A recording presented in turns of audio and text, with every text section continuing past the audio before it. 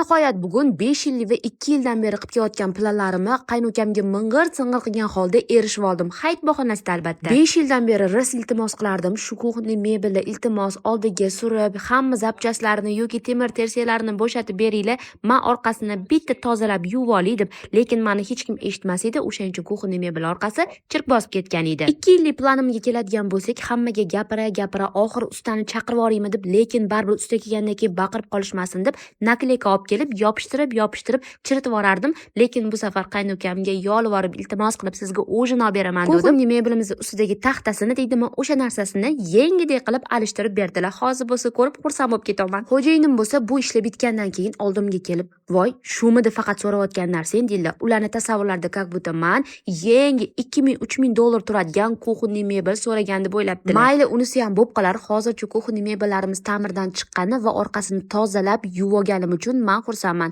Keyin bo'lsa oshxonamni polni hayit ayyom uchun billurra har bitta kerakli sredstvalarda tozalab yuvib, oqartirib, gazlarimni duxovkasigacha yuvib qo'ydim. Rakvinamizni ham yuzini ochib qo'ydim. Shuncha mashaqqatli ishlardan keyin ancha bo'g'ilib ketgan ekan. Hayitgancha o'zingiz ham bu ish qildilarmi deganlar uchun aynan kirmoshinaning razvedkasini artayotganimda to'kirib olib qo'lim vijirlab qolganligi uchun kuxnining usti qavati va gilamlarini cho'tkalab o'sinim solib qo'ydilar. Hamma gapimni to'liq tushuntira oldim deb o'ylayman. Negativ yozganlar kal bo'lib qolsin.